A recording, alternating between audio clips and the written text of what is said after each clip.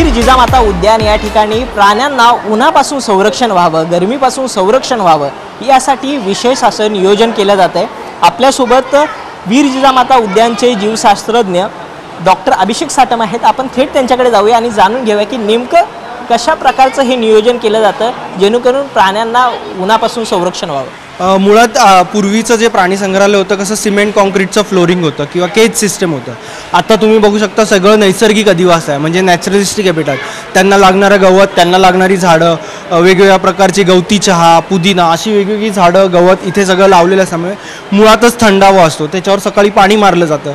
Plus राणीबागेत संपूर्ण परिसरात 6000हून जास्त झाडं असल्यामुळे बाहेरच्यापेक्षा इकडचं टेम्परेचर कमी असतं, त्यामुळे ते एक महत्त्वाचा भाग आहे। दुसरी गोष्ट, सगळ्या नवीन पिंजऱ्यांमध्ये किंवा प्रदर्शनीमध्ये प्राण्यांना लपण्यासाठी गुहा आहेत, शेडेड एरिया आहेत आणि मोठमोठी झाडं असल्यामुळे उत्तम प्रकारे सावली असते।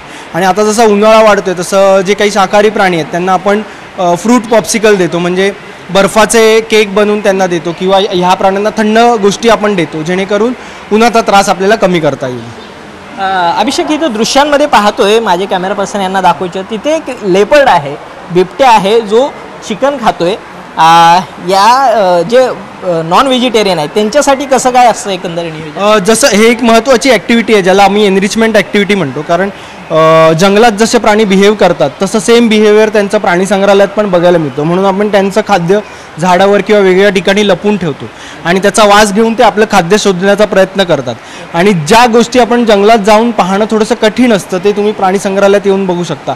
आणि त्याच प्रकारचं खाद्य जे थंड चिकन आहे ते आपण थोडंसं लटकवलेलं आहे वेगवेगळ्या झाडांवर, आणि मग तो झाडांवर बिबट्या झाडांवर कसा चढतो, ते आपलं भक्ष्य कसं पकडतो, या सगळ्या गोष्टी आपल्याला बघता येतात। आणि दुसरं एक महत्त्वाचं म्हणजे अस्वल असेल त्यांच्यासाठी देखील आईस केक बनवला आहे। हे आईस केक नेमकी कन्सेप्ट काय? जे काही सीजनल फ्रूट्स असतात जसं कलिंगड झालं, मोसंबी झालं, संत्री झालं, ऊस आहे, हे चॉप करून त्याचा थोडासा ज्यूस काढून तो थंड केला जातो, डीप फ्रीज केला जातो, त्याचा बर्फ बनवला जातो आणि मग या उन्हाळ्याच्या दिवसात या प्राण्यांना दिलं जातं। त्यामुळे त्यांची एक वेगळी ॲक्टिव्हिटी होते, त्यांना थंड गोष्टीही सुद्धा मिळतात आणि उन्हाची लाही कमी करता येते।